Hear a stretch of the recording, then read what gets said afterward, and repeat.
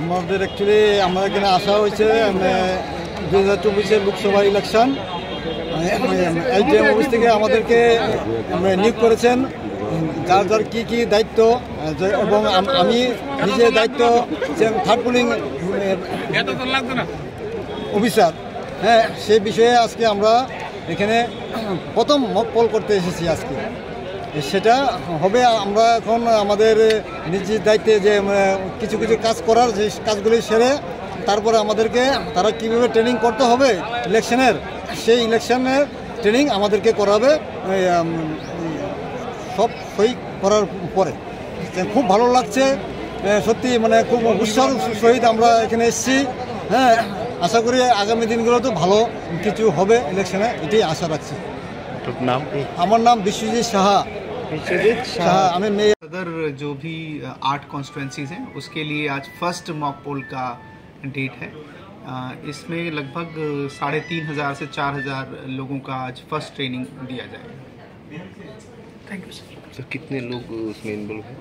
4000, 3.5 से 4000 के आसपास।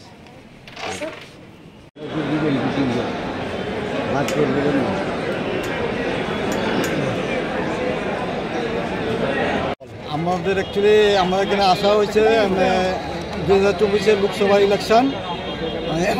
এইচডিএম অফিস থেকে আমাদেরকে নিয়োগ করেছেন, যার যার কী কী দায়িত্ব, এবং আমি নিজের দায়িত্ব থার্ড পোলিং অফিসার। হ্যাঁ, সেই বিষয়ে আজকে আমরা এখানে প্রথম মক পোল করতে এসেছি আজকে। সেটা হবে আমরা এখন আমাদের নিজের দায়িত্বে যে কিছু কিছু কাজ করার, যে কাজগুলি সেরে তারপরে আমাদেরকে তারা কীভাবে ট্রেনিং করতে হবে ইলেকশনের, সেই ইলেকশনের ট্রেনিং আমাদেরকে করাবে সব সই করার পরে।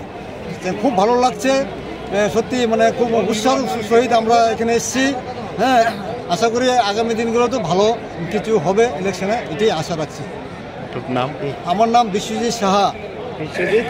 हमें सदर जो भी 8 कॉन्स्टिट्यूंसीज हैं उसके लिए आज फर्स्ट मॉक पोल का डेट है।